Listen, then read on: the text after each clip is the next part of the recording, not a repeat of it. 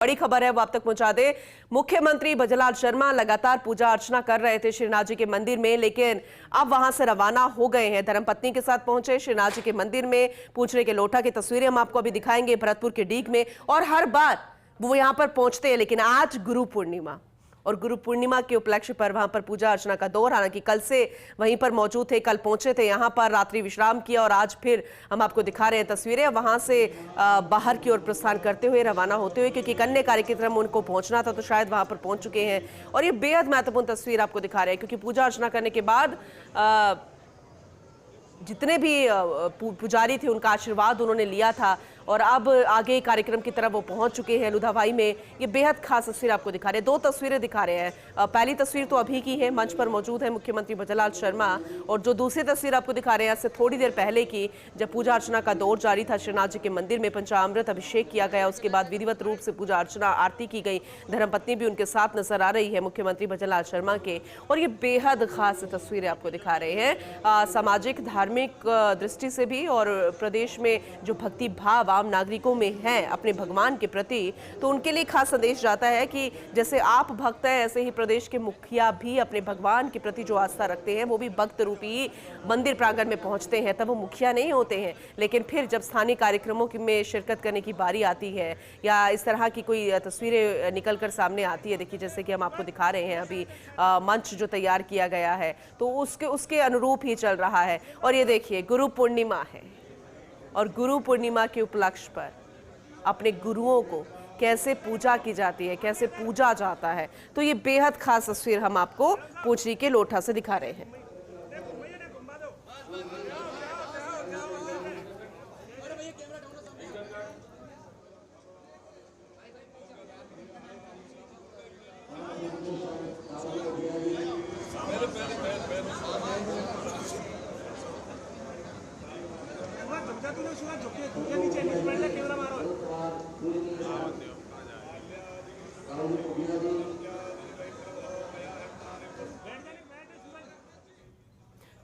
देखिए आज गुरु पूर्णिमा, और ऐसे में जो आपके आराध्य होते हैं उनसे लेकर आपके जो गुरु होते हैं, फिर आपके आराध्य को जो साथ में पूजते हैं, जैसे कि हम देख रहे हैं मंदिर के पुजारी हो गए, मंदिर के संत हो गए, अपने गुरु हो गए, कैसे तिलक लगाकर, पैर छूकर और शॉल उठाकर, जो एक तरीका होता है किसी के सम्मान करने का, आज गुरुओं को प्रणाम करके उनसे आशीर्वाद लिया जा रहा है, देश प्रदेश की खुशहाली की कामना की जा रही है। तो ये बहुत ही खूबसूरत संदेश देने की कोशिश मुख्यमंत्री कर रहे हैं।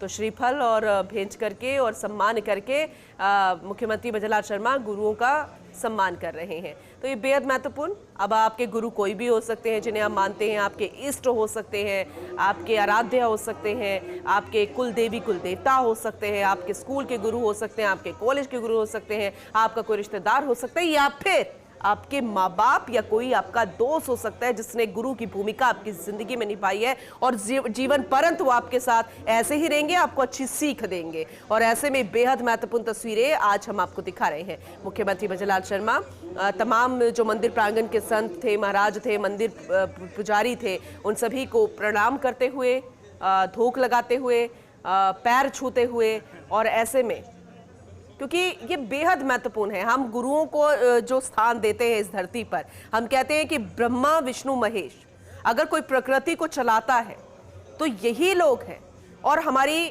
आदि शक्ति का हम जिक्र करते हैं। लेकिन इस धरती पर हम गुरु कोई ब्रह्मा मानते हैं, गुरु कोई विष्णु मानते हैं, गुरु कोई महेश मानते हैं, जो हमारे जीवन को चलाते हैं सही ज्ञान देकर।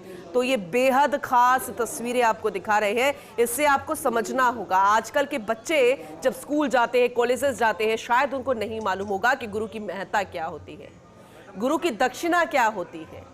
तो ये बेहद महत्वपूर्ण तस्वीरें, ऐसे में द्रोणाचार्य का भी जिक्र करना जरूरी हो जाता है, ऐसे में कृष्ण का जिक्र करना जरूरी हो जाता है, महादेव का जिक्र करना जरूरी हो जाता है, ब्रह्मा का जिक्र करना जरूरी हो जाता है। और ऐसे में जरूरी हो जाता है आप अपने मन के अंदर झांकें और जानने की कोशिश करें कि आखिर जिंदगी में अब तक आपने जो जिंदगी जी है उसमें आपका गुरु कौन है, किसने आपको ऐसी सीख दी जिसकी वजह से आपने जिंदगी में कोई अच्छा काम किया है, अच्छी सोच रखी है, और फिर उस रास्ते पर चलकर आपने मंजिल प्राप्त की है या मंजिल प्राप्त प्राप्त कर सकते हैं।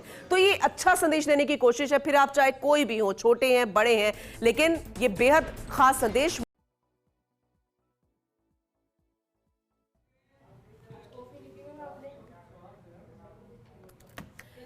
बेहद खास तस्वीरें आपको पूंछरी के लोटा से दिखा रहे हैं मुख्यमंत्री भजनलाल शर्मा।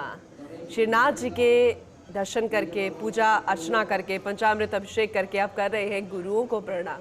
कहते हैं कि आपके गुरु जिंदगी में कोई भी हो सकते हैं और गुरु पूर्णिमा का वो उपलक्ष्य होता है, उस दिन आप अपने गुरुओं को, अपने आराध्य को, अपने भगवान को पूजते हैं, उनका सम्मान करते हैं, क्योंकि गुरुओं को स्थान हमने पृथ्वी में ब्रह्मा विष्णु महेश का दे रखा है।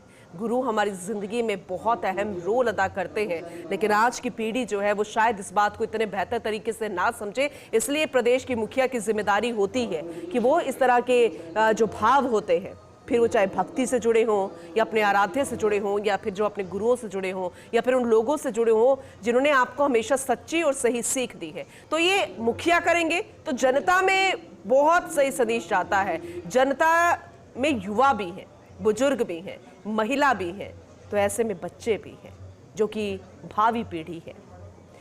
बहुत खास तस्वीरें, अहम तस्वीरें आपको दिखा रहे हैं। मुख्यमंत्री भजनलाल शर्मा का पूंछरी का लोटा बेहद खास है, बेहद महत्वपूर्ण है। और देखिए सम्मान यहाँ पर दिग्गजों का किया जा रहा है। फिर वो दिग्गज आपके मंदिर के पुजारी हो, महंत हो, आपके कोई भी ऐसे जीवन में कोई भी ऐसा शख्स आया हो तो वो बेहद खास हो जाता है आपके लिए।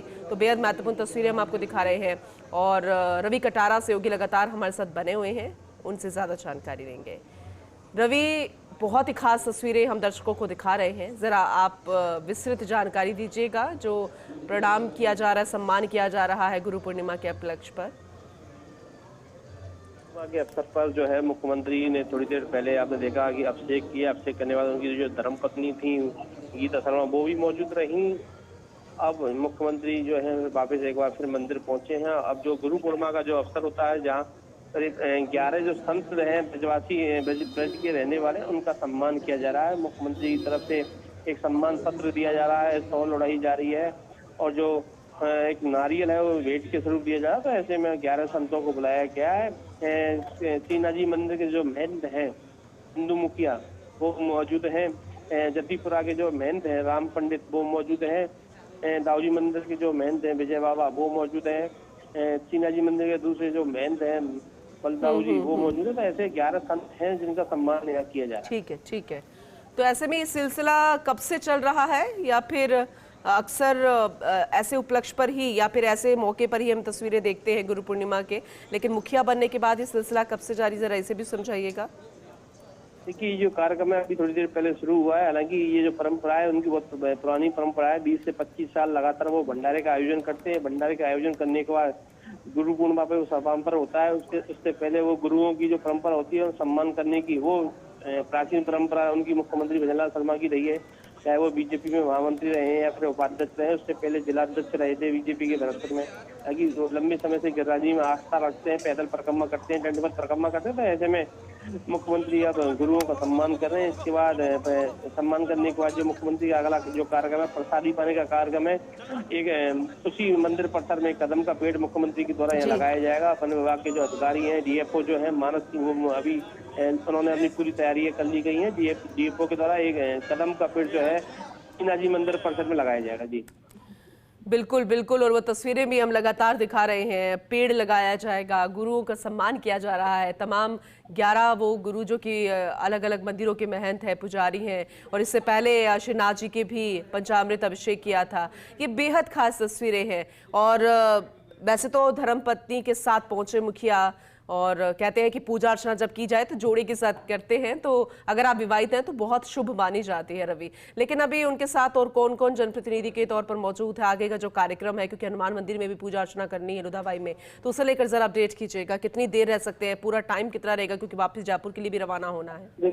थोड़ी देर पहले मुख्यमंत्री का जो चौपर है वो वापिस आया है। अब तो अगला कार्यक्रम रहेगा यहाँ से सीनाजी मंदिर में।